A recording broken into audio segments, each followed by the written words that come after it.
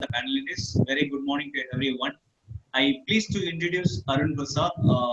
Arun Prasad has completed his BTech BTech with PDMM in SIPAT, and he has 18 years experience in injection molding, building, service, and sales maintenance also. He's worked with L&T DMAC, and he worked with Rosti. He worked with Windsor Missions. At present, he is working with DMAC Sumitomo Associate SN Engineering and Consultancy Services. He has a very vast experience in mission building, services, and maintenance. So I request Arun Prasad to share his knowledge for this industry's benefit. Please, Arun, proceed.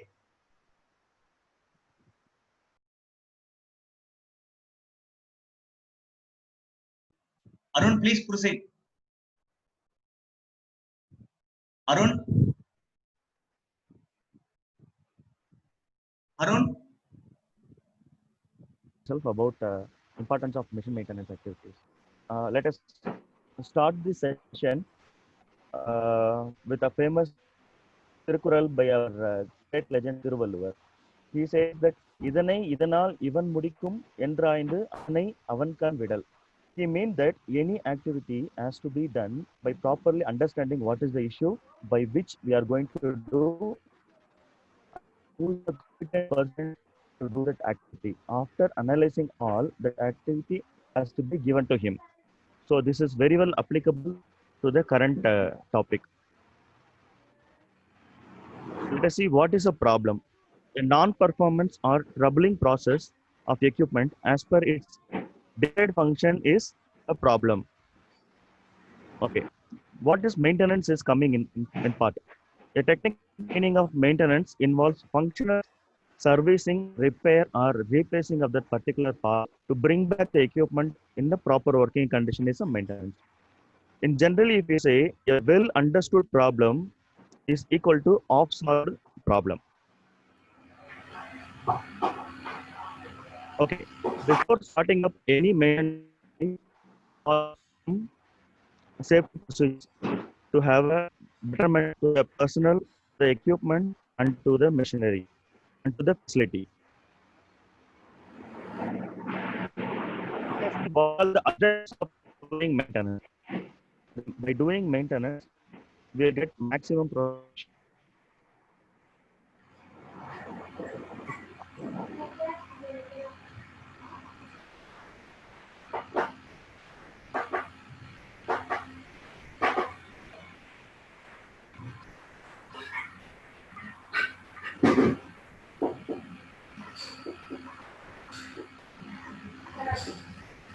And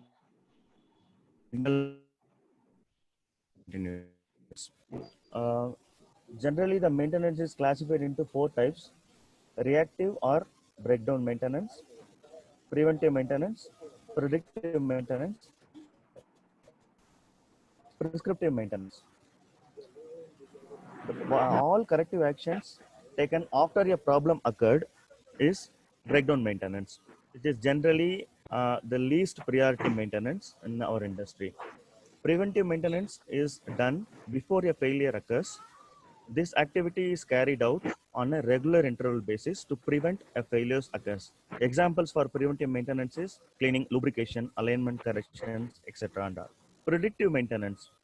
By already knowing certain facts about the machine and knowing the condition of the equipment, making maintenance activities called predictive maintenance. We can come to know the condition of the equipment by observing noise, vibration, current such as heater current or motor starting currents, and temperature of the equipment. By doing all, we can do the prediction of the condition of the parts. Prospective maintenance. Nowadays, the maintenance activity will be indicated by machine itself. By condition monitoring of the machine's functions, machine itself will give you indication, do these activities, do that activities and all. So that like TPM checklist, regular maintenance interval alarms from the machines are called prescriptive maintenance. Now let us see, why do we need preventive maintenance? Preventive maintenance is required to have better uptime of the equipment, to have more reliable equipment, for the better productivity, for better quality of the parts produced, and to have safe and better working practices, and finally to minimize the cost of maintenance operation. Now today we are going to focus more and more on preventive maintenance rather than breakdown or predictive maintenance, because the need of the hour is doing a preventive maintenance. Preventive maintenance itself classified into four types. First one is based on calendar, on a regular interval, like a weekly maintenance, monthly maintenance, half-yearly maintenance, like that. Doing the preventive activity by calendar is PM based on calendar. Preventive maintenance based on usage. After certain hours of machine usage, some activities to be done. That activities comes under PM based on usage. The third stage is preventive maintenance breakdown maintenance by data driven by human learning. So by the past experiences on our facility or with the particular machine, we might have collected some data. Based on the data, the maintenance has to be carried out. The fourth and final is prescriptive maintenance. This is artificial intelligence of the machine itself will tell us what are all the activities to be done based on the usage of the equipment. Now, let us look into the equipments or tools required for doing preventive maintenance. Here, the tools, what we are meaning is what are all the documents or supportive things required to do a preventive maintenance. First thing is check sheet. Second one is making a calendar for doing our preventive maintenance. Third one is maintaining a history card of the equipment. Fourth one is based on the above three parameters, we have to monitor certain parameters of the machine, that is monitoring measures. Now I'm going to show few slides of daily maintenance, monthly maintenance, and half-yearly maintenance. But we are not going to go into deep of these charts because these charts are just an examples. We have to make a check sheet based on the equipment what you have in your facility and the condition of the equipment. Based on that, you have to make your own maintenance check sheets. You can consult your OEM, or if you go through the manuals, you will have these details. Based on that, we have to make check sheets. While making a check sheet, 2 points to be taken into account. First one is the maintenance check sheet should be a uh, reasonable one. That means you cannot say we have to going to do all this, because I have seen many check sheets which are really cannot be done on as per the schedule mentioned in it. People might have put cleaning of suction filters every week. It is not possible. So the check sheet should be a realistic one. Second one, it has to be what are all the critical points to be covered, that are all to be taken into account.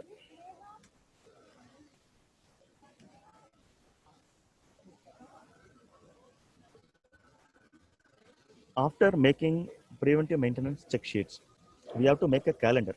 Before making calendar, we have to discuss with the corresponding departments like production, warehouse, and operations to have to get approved to do the preventive maintenance activities. Generally, what we are doing is we are working hard for correcting any issues for doing maintenance activities and all, but we are not nowadays most of the peoples are not focusing on the data collection. So we have to make entry of the problem and what are all the corrective actions taken, because the same problem may occur after certain time, maybe 1 year later also. By that time we may not, if you don't have any data, we have to do all R&D activities again and again. So the data has to be recorded in a right manner. These sheets show you an example how a breakdown maintenance record has to be maintained. By maintaining this data, calendar and all, now we have to go to the next step. The next step from this data, what we can get is MTTR, mean time to repair. Mean time to repair refers to the amount of time required to repair a system or a problem. Okay. From the MTTR, we'll come to know 3 points. First, if we take more time to identify a problem, then means we are lack of knowledge. So the team need to be trained. Second one, we have a knowledge, we identified the problem, but still it taking too much time for making the machine to working means it may be due to lack of spare part support. If we are fall under the category, then we have to maintain critical spares. Third one, we have knowledge, so we identified the problem, we have spare parts, but still the machine is not put back into operation means we are lacking of skill to rectify the problem. So these are all the three valid inputs we'll get from MTTR. The next monitoring tool, this how we can derive MTTR. Total maintenance time divided by number of repairs will give us the MTTR value. Next is mean time between failure. Mean time between failure is over a period of time how many problems it comes. So total operational time divided by number of failures will give us MTBF. From the MTBF, we will come to know 2 points: the reliability of the equipment and what is the lead time, what is the frequency we are getting the problem. By this, we can derive the reliability of the equipment, whether the machine is required for repair, replacement, or refurbishment. All this detail we will get from MTBF. Now we look into the next parameter, OEE. OEE is overall equipment efficiency, effectiveness in maintenance. OEE is calculated as availability of the equipment. That means how much time the production wants the machine and how much time the machine available for production into performance and the quality of the parts produced. This is a major KPI. By that, we will come to know overall efficiency of the equipment. Okay, now I'm just giving you an idea about various segments from where we'll have problems. This is derived based on my past experiences. Let us go into segment wise. This will help you to make your check sheet. First, electricals and electronic side. I think most of the points you know, but I'll just explain in brief. The earth voltage should be maintained less than 1 volt. And another important point in this is low and high voltages will cause overflow or rated current. It will go less than the rated current. It will cause the electronic parts to get failed. Single phasing and phase reversal, mainly 3-phase equipments will have problems due to this.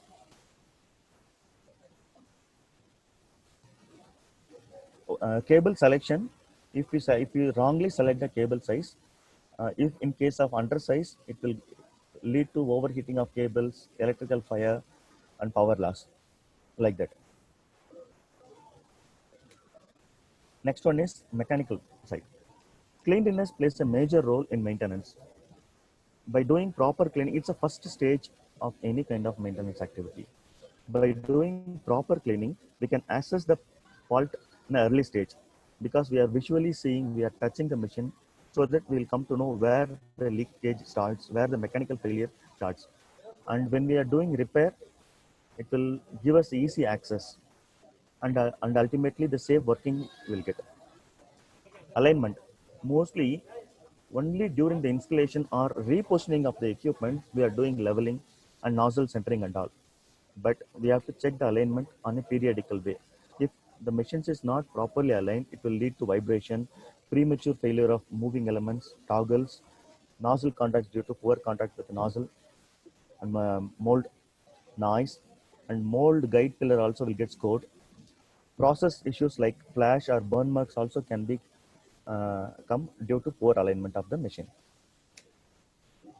Now let us look into the problem what all comes from the air side. Clogged air filters. Every machine's power panel and control panel will have filters. If the filter is got clogged, we don't clean it properly, the control and power panel's temperature will rise up. Also, induction and servo motors will get heating up. Air-cooled drives also will get trip off. If we don't set the proper working pressure, then in case of low pressure, sluggish operation will be there on the actuators. In case of high pressure, if you set high pressure of 8 bar something with the compressor, then there will be huge power wastage, and the capacity of the compressor also will be more be required, and higher initial investment is required. In case if there is a leakages of air, that leads to wastage of power, wastage of equipment's capacity, and noisy ambience. So what we have to do is clean and replace the filters on the compressor regularly, and we need to drain the reservoir periodically, especially during these monsoon times, because the condensed water will get stored into the reservoir, and by that the reservoir's capacity will be underutilized. Now let us see what all the problems will come because of cooling water. If the cooling water temperature is not maintained well, it will lead for oil temperature rise, and contamination in the cooling tower or open water resources may block the cooling lines. Water cooled drives temperature may rise. Feed zone of the screw and barrel temperature will go up, causing bridge formation. Mold cooling channels will get blocked and lead to longer cooling times. Thus, our production will go less. Water leakage will lead to messy working ambience, and in turns, it also wastes money in terms of topping up water. In many places, people use antifreeze or anti-rust agents for better usage of water. So we have to keep on topping up. We simply say it's water, but along with the water, we are also wasting this antifreeze and anti-rust. Now let us see the problems which all comes from hydraulic oil side. Leakage is the main case in this. Due to seals failure or hose failures, fittings, there will be a leakage, and also in many molds we are using core-pull connections. During connection and removal of the core, there will be oil wastage. We have to minimize it. Working at abnormal temperature of the oil.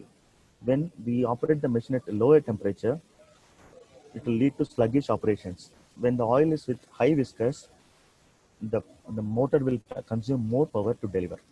In case if the oil temperature high, it leads to increased leakages, seals failure, valves internal leakage, because the clearance between the valve body and the spool will get more, so the leakage will happen. When the valves having more internal leakage, it will lead to control accuracy mismatch in case of servo valves and propulsion valves, and response time sensitivity also will change.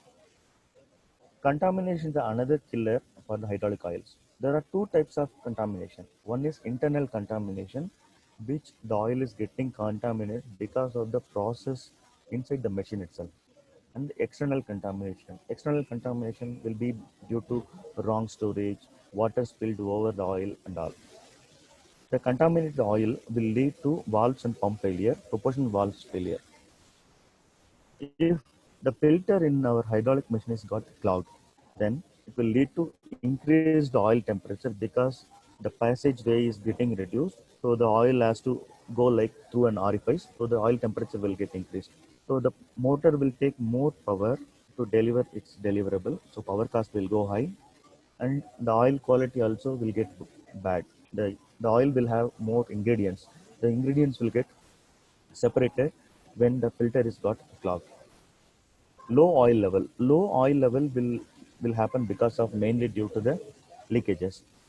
When the oil in the reservoir is low, it will lead for temperature rise, because the reservoir is or the machine is designed to operate at 300 liters of oil, but due to leakages the reservoir oil is only 250 liters, so there is no sufficient oil in the tank to get cooled.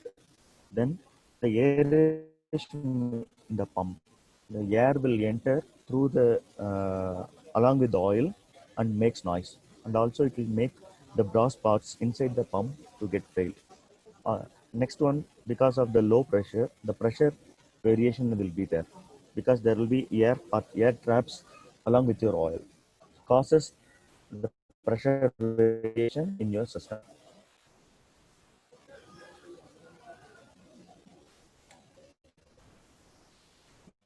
Problems because of lubrication. Lubrication plays a major role in machine performance, like increasing lifespan of the equipment. Improper lubrication may be due to poor frequency of lubricating or the applying methods, like instead of applying through grease pumps, some people use and by manually they will apply grease. That leads for improper or inadequate greasing and accessibility of lubrication points. In some designs, we might have seen that the backside of the greasing nipples may not be accessible easily. So people won't take too much strain to do the lubrication on the backside. So that leads for unbalancing of the lubrication and cause for premature failure. In most of the cases, we find that the dust or raw materials are getting accumulated over the lubricated surface. So that leads for improper lubrication, and indirectly it leads to failure of the parts. Now let us see the problems to the machine due to processing. Processing also will lead for premature failure or erratic behavior of the machine. If we set improper temperature, if the process requires 230 degree or 250 degree, if we try to do with 180 degree or 180 degree, there will be excess load on your screw barrels and on your hydraulics. So we have to set proper temperature, and sometimes it doesn't require to have different profiles, but people will try to keep more profiles on injection and holdings. That also lead to excessive load on the system. And many cases we have seen people do excess acceleration and suddenly they break the movement, like mold open, close, slow, speed, slow. They do from 10% to 85 or 90%, and suddenly they drop to 10%. So this sudden acceleration and braking will lead to jerk, vibration, and we are unnecessarily wasting energy, and also to premature wear and tear. So what we have to do is we should have a smooth flow of movements. Many people use excessive nozzle contact forces. The nozzle contact force for mold and to carriage. If the force is excess, it will lead for screw bush damage, nozzle tip damage, and there will be a material leakage. At the last, the, the machine life will go less because of wrong maintenance itself. Many people use improper tools, so the machine will get damaged. And people use low quality spare parts. Instead of buying from the OEM, they locally purchase and they put. So the life of the parts will not be equal as to the original parts. So again the problem will come soon. Not using proper lubricants like high temperature greases for nozzle and nozzle tip matching and all. So what will happen? The nozzle body and nozzle tip will get seized off. So it will take more time when they do work next time. Improper fittings and tightness. People will buy local fittings and they may give excess tight, so the fitting may break, or if they don't tight properly, the fittings may start leaking. This is all because of workmanship. A lot of cases we see people tend to use local services instead of taking service support from OEM. So we don't know what will be the quality of service done by the local service people. And taking shortcuts, instead of doing all these activities, people simply do bypass these things and just shortcut some activities. So that also going to lead for a premature failure of your equipment. Now we are seeing the current practice of maintenance, or these are all the traditional methods of maintenance. There was a stage maintenance was considered as the least priority activities. Now the trends are changed. Maintenance is part of production. Maintenance also plays a vital role on a company's performance. So now there are so many new trends and technologies are came in the services of maintenance. Additive manufacturing in maintenance. Now people have started using 3D printed parts to replace the defective parts rather than waiting for so long time. There are many cases people have started using 3D printed spare parts. And IoT, the technology is driving the world now. So you can access remotely all your equipments. So the maintenance is become or services become easy nowadays. Third is augmented reality and training remote. Now you can get the training like what we are doing now over online. So the knowledge sharing is become easier, and the OEM can access your machine from a remote location. So all these things are reducing the downtime. And nowadays, maintenance as a service. Many companies are offering OEMs are offering service contracts, AMSCs, and there are professionals available to do the maintenance as a service. So all these things lead for shorter breakdown and to have better life of your equipment. Supply chain collaboration. Now the material accessibility has become easy, so the lead time is getting reduced. Many people are offering you can directly buy the spare parts from the supplier, from their supplier itself. Rather than a part has to come from Germany, you can take the parts from their supply chain collaboration in India itself. So like that, these are all the latest trends in maintenance, which are uh, which are making the downtime less to have more productivity and to have better machine life. Thank you.